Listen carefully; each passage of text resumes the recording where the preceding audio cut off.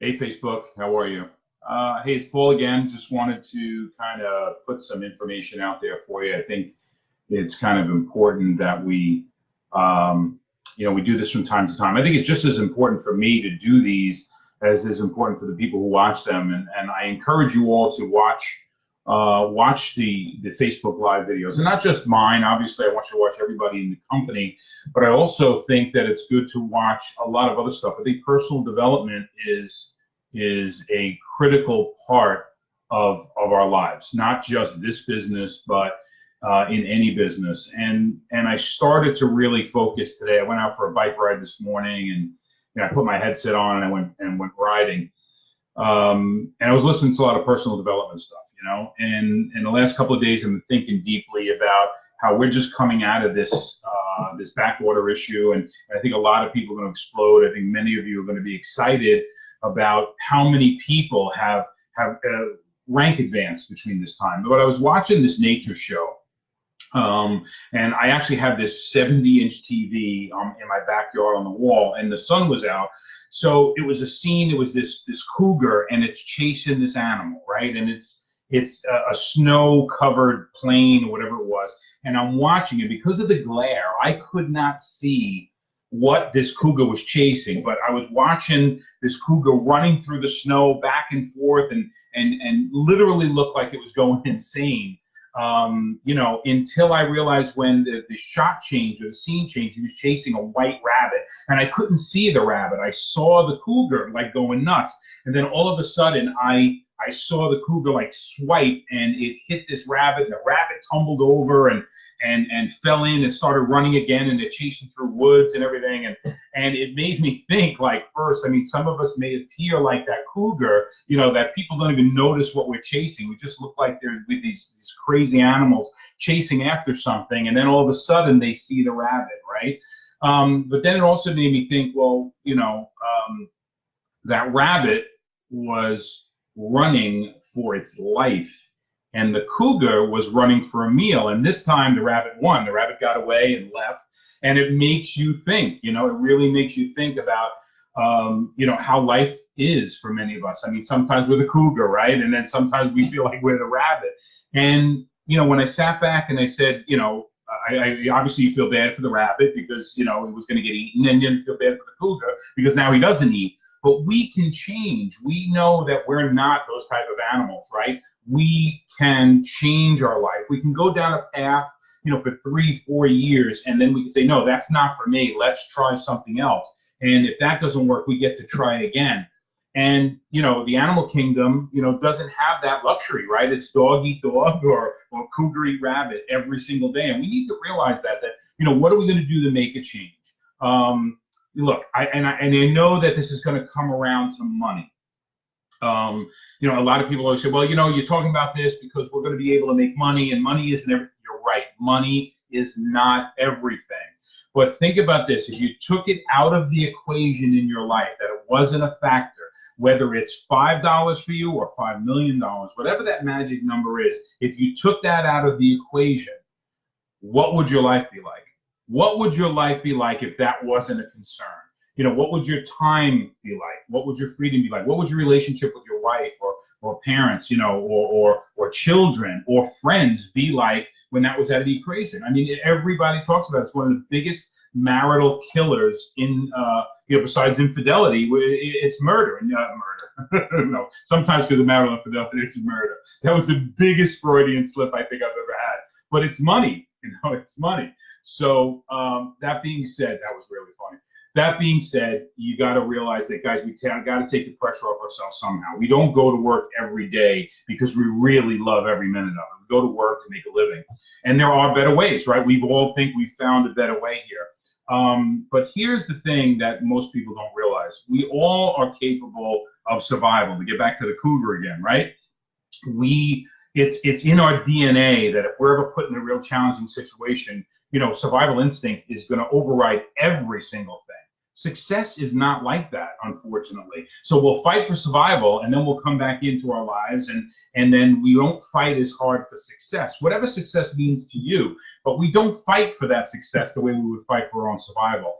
And, one thing I've realized is that you'll see when people start pulling together, right? When people start pulling together and all pulling in the same direction, there seems to be that motivation. We feed off of each other, and that's why, by getting on these things and getting together and going to the events, like in Los Angeles right now, there's a huge event. And if you're anywhere near capable or can afford to get there, get there.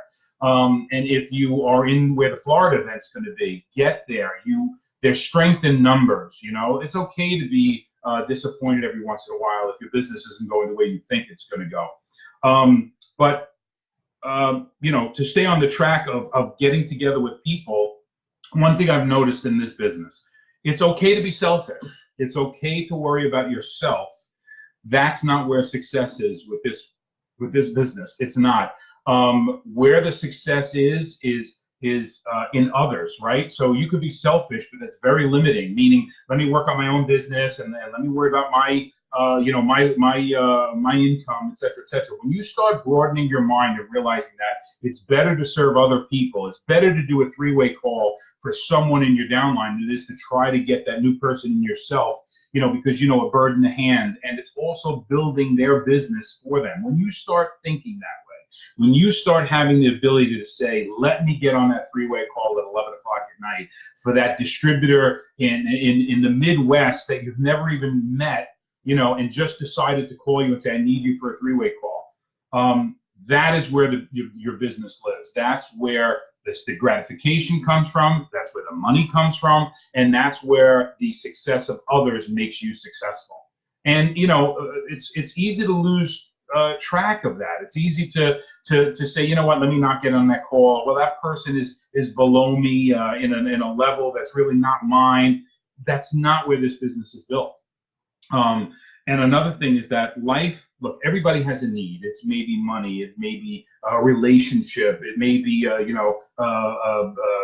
better job. Whatever that need is, the world does not care about that need. What it cares about is what really you deserve. And what I mean by that is that if you do the things to get you what you want, you will get what you need. And what I mean by that is you can't expect to go out to a garden and pick tomatoes if you never went out there and planted them in the first place, right? So if we're not doing that work, we're not going to get what we need. We may need that tomato. We may need that meal. We may need that, $1,000 to make that rent payment, right? But the need has nothing to do with what we deserve. What we deserve is what we plan for. What we deserve is what we have worked for. Okay, that's really how the world works. And I know if that's maybe an eye-opener for certain people, but the world doesn't give you what you need. It gives you what you deserve. And the way we deserve in life is by putting out something to get something in return. All right, I don't mean that in the negative sense of it. I mean it in truly the most positive and wholesome way that I could say it, where we need to focus so hard on what needs to be done and what needs to be accomplished in our lives so that we get what we deserve. And by getting what we deserve, hopefully that aligns with what we need, right? The moral equivalent I'm taking out of it, guys, because you can desire things in life that are not morally correct. I'm taking that out of the equation right now because you can desire things or need things that are really not wholesome. Let's put that off. That's a whole nother philosophical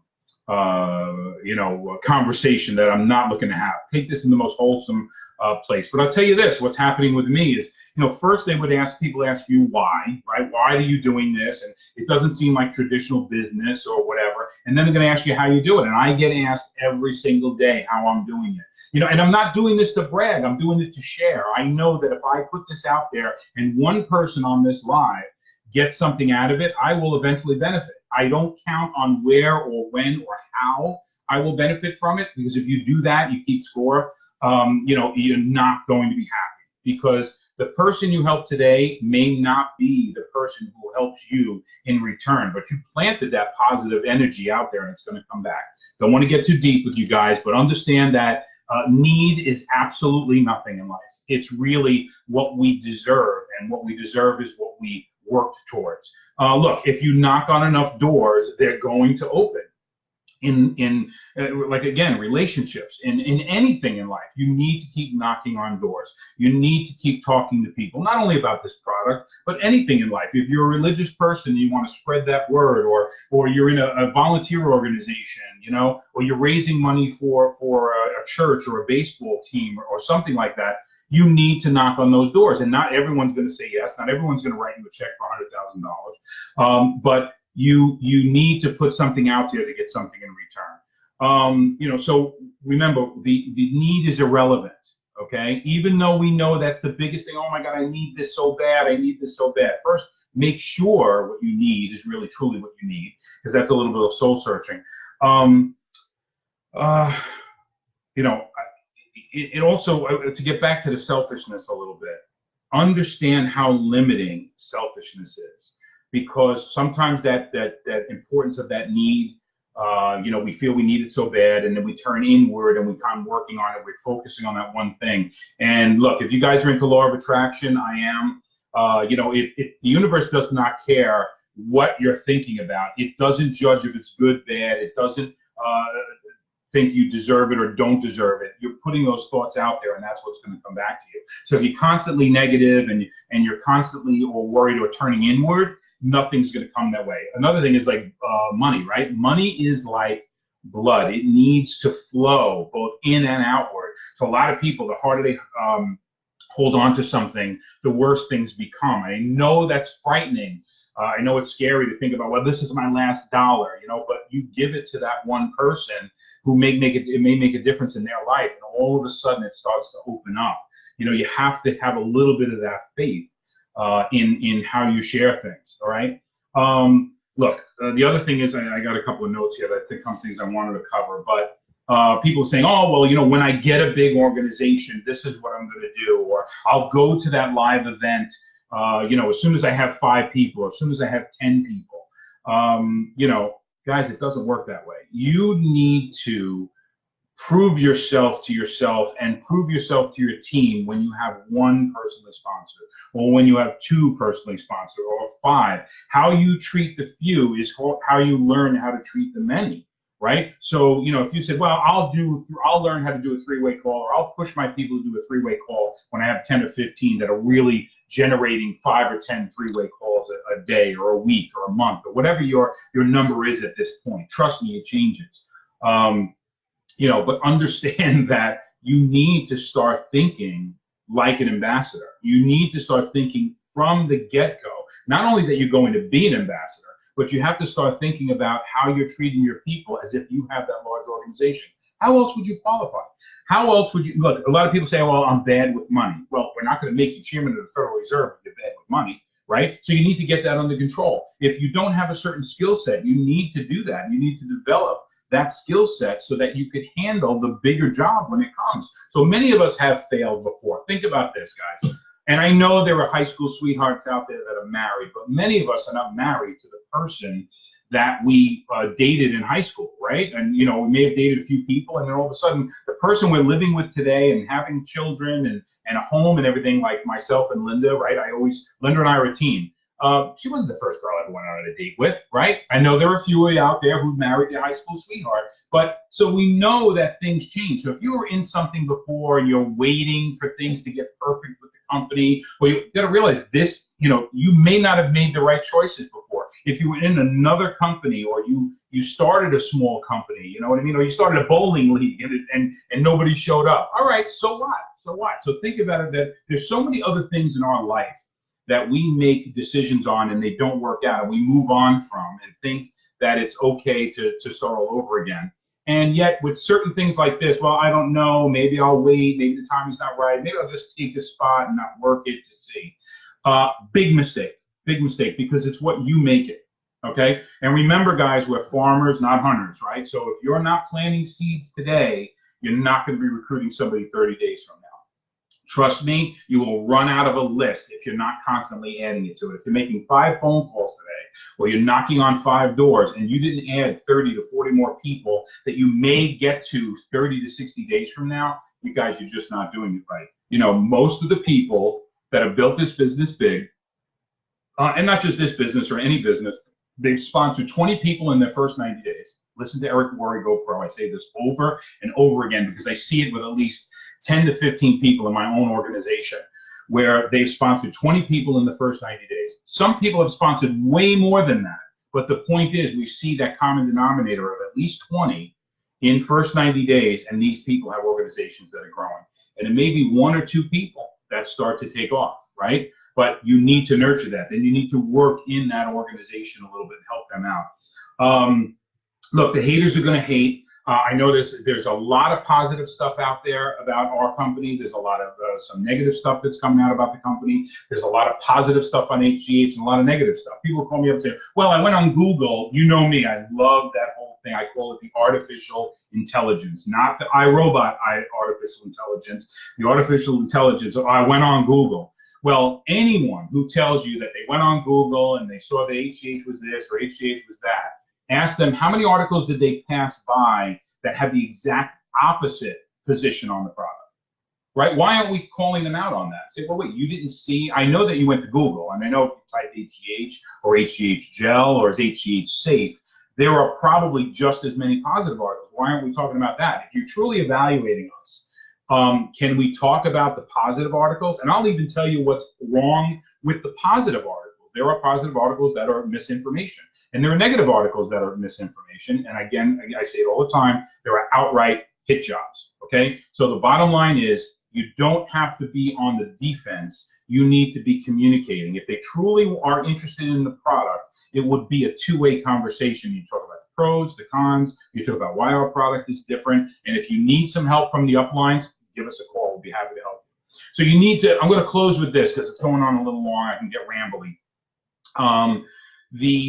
Think of yourself as the architect of your life, and think about how an architect operates. The way an architect operates is he has an idea, right? He sees, calls them out and says, look, here's my lot. I want to build a beautiful home. He gets some basic ideas from them, right? But there's nothing there. There is a zero flat piece of land. He doesn't even know if the town is going to allow him to get permits, but he draws a sketch and he comes back with that sketch and he gets input from the client. And now it starts to take shape, right? But there's still no home there. There's nothing, right? There's that belief there's going to be a home there. This couple is pregnant, they have a kid, and they need this home. It's going to be a 3-bedroom, whatever their dream is for this project. Their belief is that it's going to be built and it's going to grow there. And it all started from an idea, right? And then it starts to a sketch. Then from a sketch, it goes to blueprints, right? And now it really starts to take shape. There's plumbing, there's electrical. They start picking, what the design of the windows are going to look like and what the exterior siding is going to look like. But guess what, guys? Nothing is there. They haven't even purchased the aluminum siding or vinyl siding. They haven't purchased that. They haven't picked out the cobblestone for the walkway. It's all a drawing, right? So there's belief, there's faith there that's going to be there. So why not with this? Why not with everything we do in our life? It starts with an idea, then it goes to a sketch, then it goes to a blueprint. Well, guess what? Finally, the bulldozers show up and they start breaking ground. Still not a house yet, but it's getting further. So think about where we are with this business. We have a product, right? We have a company. We have people. So there's so much less for you to need to believe in, than an idea. We're so far beyond that. So think about that and take some heart that this is going to be what we say it's going to be. Anything can happen, guys. I can get hit by a truck. God forbid I can get hit by a truck tomorrow. Does that going to change what I'm going to do today? So understand that you're the architect of your life and start understanding that. Or for a better analogy, literally was today, they're building repairing the bridge over the water down by the end of my house.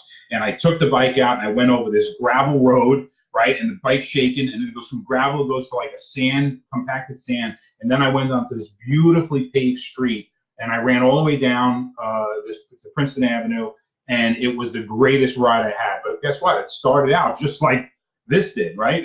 This business did. It was the rocky, gravelly road, and I'm bouncing, and then I go to this flat paved sanded road, compacted sand. Still tough, but much better. And now we're on this beautifully paved highway. So guys, if anybody needs me, I hate to tell you, but we did have a death in the family. So Linda and I are going to be away Friday and Saturday, for a family thing. I will have some time in between there, in between the repast and the funeral and the mass and all that stuff. and it was Linda's aunt. So we ask for your prayers for her, Linda's Aunt Mary, and we tell you that I'll be available all day today for calls, tomorrow morning, and I'll just need some personal time. That being said, everyone, thank you so much for watching. I hope you got a little something out of it. I try to cover as much as I can. Please try to relate this to other parts of your life, and I'll see you at the top. All right, guys.